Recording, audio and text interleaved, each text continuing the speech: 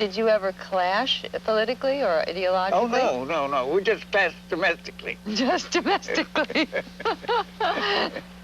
Was your second marriage joyful? Oh, yes, we had an absolutely unbroken experience for 30 years of very happy domestic life.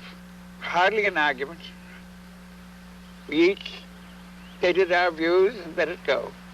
We didn't try to convert the other one.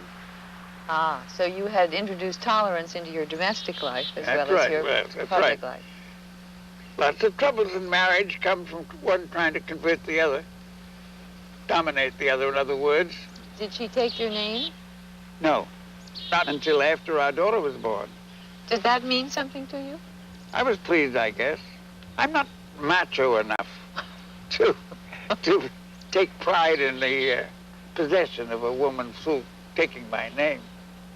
If I understood you correctly, Roger, you said that God was not looking after you. I said that. How did you mean that? I have no sense of anything supernatural. I confine my religious beliefs to humanity and the relations of man to man. And I think the leadership of Jesus in that respect has probably expressed a greater ethical sense than any other leader I know. The Sermon on the Mount is a great declaration of love. To love your enemies, to do good to people who do ill to you, to turn the other cheek. This is a great doctrine, the basis of all pacifism, the basis of all future order. If people can do that, they can live together.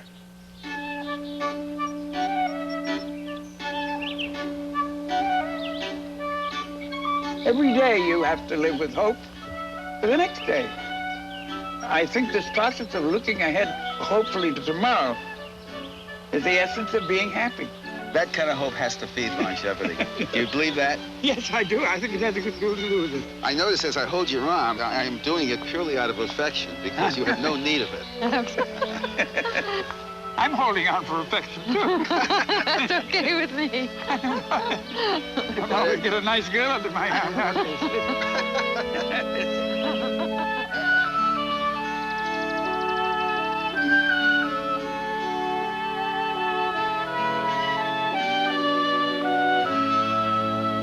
It's very important that people take the initiative in defending themselves. Nobody will hear them if they don't do it. And silence doesn't get anybody anywhere. They have to speak up. The struggle that you pioneered in human rights has become an attempt at national policy.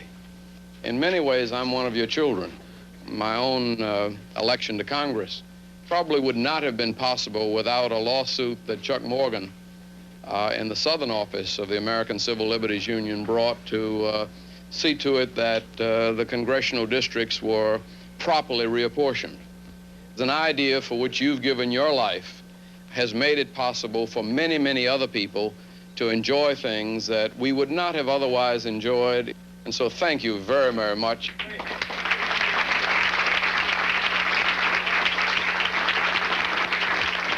Anybody who reaching 95 years of age has got to acknowledge it, but only acknowledge it, but to take some pride in it. I take some pride in it because I have beat the insurance company.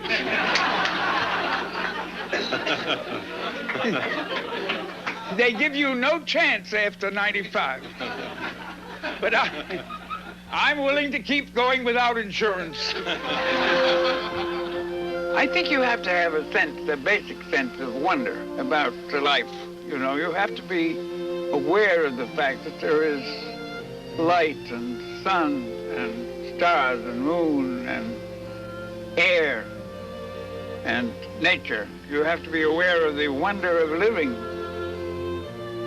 I was raised as a Unitarian in an atmosphere of intellectual curiosity.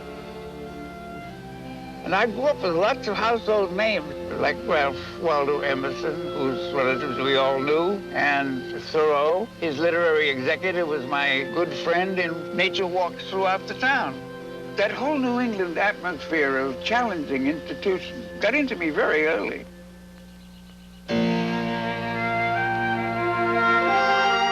You were one of the first anti-war protesters of this century. I was willing to first they went to jail, yes. You actually welcomed the prison experience, as I understand. Well, I didn't welcome it. I enjoyed it, which is something different. It didn't trouble me spiritually at all, because I was doing what I thought was right. You would consider yourself a patriot, yes? Oh, of course. How would you I love my people and I love my home. And what more do you want out of patriotism? But hardly a week goes by that REA and I do not receive a typewritten memorandum, always with numbered paragraphs, saying to us what it is we're doing wrong and what is it once in a while that we're doing right. And if we don't respond promptly, I think the statute of limitations is 72 hours, immediately there's a phone call. Did you get my memorandum? Well, what about it? Well, I haven't had a chance to talk to REA. He's in Illinois or in New Mexico. Well, hurry up, get back to me, speak to him, goodbye, bang.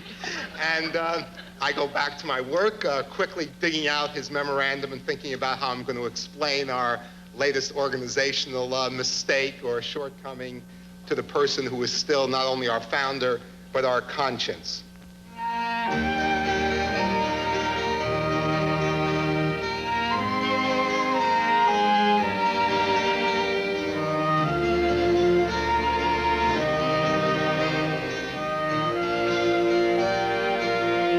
The American Civil Liberties Union was formed in 1920. Even in those early days, we won quite a lot of cases. And we got a very dramatic case very soon after the war ended, and that was the Tennessee Evolution case. Yes. Good morning, young ladies and gentlemen.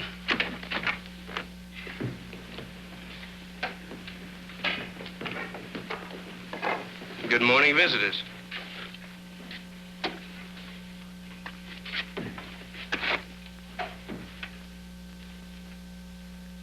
For our science lesson for today, we will continue our discussion of Darwin's theory of the descent of man.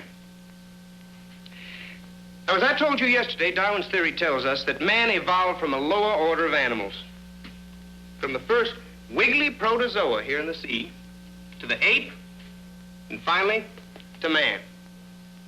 Now, some of you fellows out there are probably going to say that's why some of us act like monkeys. But what Mr. Charles Darwin was trying to tell us in his own way... Bertram T. Cates? Come off it, Sam. You've known me all my life. Bert, you're charged with violation of Public Act 31428, Volume 37, Statute Number 31428 of the State Code, which makes it unlawful for any teacher of the public schools to teach any theory that denies the creation of man as taught in the Bible, and to teach instead that man has descended from a lower order of animals. Bertram Cates, I hereby place you under arrest.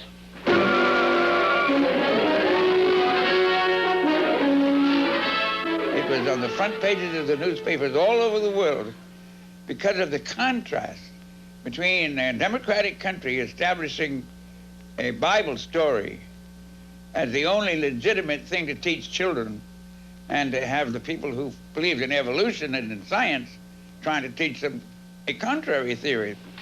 The right to think is not on trial here. Well, with all due respect to the court, I think the right to think is very much on trial here. And it is fearfully in danger in the proceedings of this courtroom. A man is on trial. A thinking man. And he's faced with fine and imprisonment because he chooses to speak what he thinks. We sent a release to the newspapers in Tennessee saying, anybody who wants to violate that law will get our help. And we got a fellow who volunteered, Mr. Scopes. We then organized a defense around it. But I don't think we ever dreamed at the time that it would attract the international attention it did. I think from the point of view of publicity, it was the most famous case we ever had.